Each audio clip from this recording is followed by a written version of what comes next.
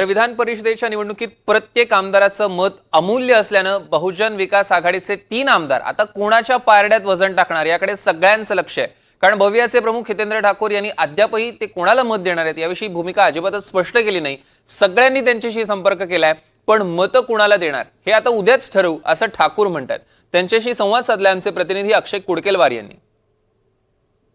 विधान परिषद निवडणुकीसाठी आता अवघे काही तास उरलेले आहेत आणि प्रत्येक आमदाराला एक वेगळं महत्त्व मतदार या रूपानं प्राप्त झालेलं आहे। आपल्या सोबत बहुजन विकास आघाडीचे नेते आणि आमदार हितेंद्र ठाकूर आहेत, त्यांच्याशी आपण बातचीत करणार आहोत। सर, आपण जर बघितलं तर ज्या पद्धतीने आता निवडणूक सुरू झालेली आहे, 11 जागांसाठी 12 जणांनी उमेदवारी अर्ज भरला आहे। प्रत्येक आमदाराला एक विशेष महत्त्व, त्याच्या मताला विशेष महत्त्व आलं आहे। तुमच्याकडे तुमच्या पक्षाचे 3 आमदार आहेत, नेमकं तुम्ही मत कोणाला द्याल ह्याबाबत मी विचारणार नाही, मी सांगणार पण नाही। हां, पण नेमकं ह्या सगळ्या याचा फटका कुणाला मिळेल असं वाटतं? कारण एक अधिकचा उमेदवार त्यांच्या कोट्यापेक्षा जास्त महाविकास आघाडीने रिंगणात उतरवला। नाही, आता सगळे जे उमेदवार आहेत आणि पक्ष आहेत ते तुल्यबळ आहेत, त्याच्यामुळे जो तो आपल्या बाजूने खेचण्याचा सगळ्याच आमदारांना भेटून, वेगवेगळ्या पक्षातल्या असतील, अपक्ष असतील, आमच्यासारखे लहान मोठे पक्ष असतील, या सगळ्यांचा खेचण्याचा, वेगवेगळ्या प्रकारे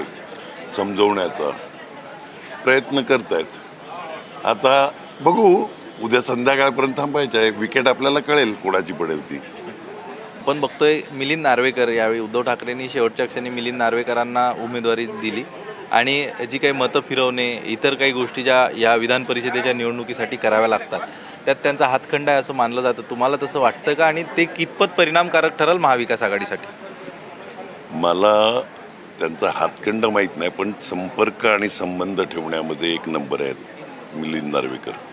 त्याच्यामुळे त्यांच्याबद्दल एकच सांगू शकतो का, तो जो रिलेशन ठेवतायत, म्हणजे अदरवाईज पण इतकी वर्षाची आमची मैत्री आहे, त्यांनी संबंध ठेवलेत। बाकी हातखंड वगैरे मला माहीत नाही। हितेंद्र ठाकूर यांच्या माध्यमातून स्पष्ट केलं जात आहे की या सगळ्या संदर्भात आता उद्या चित्र क्लिअर होईल।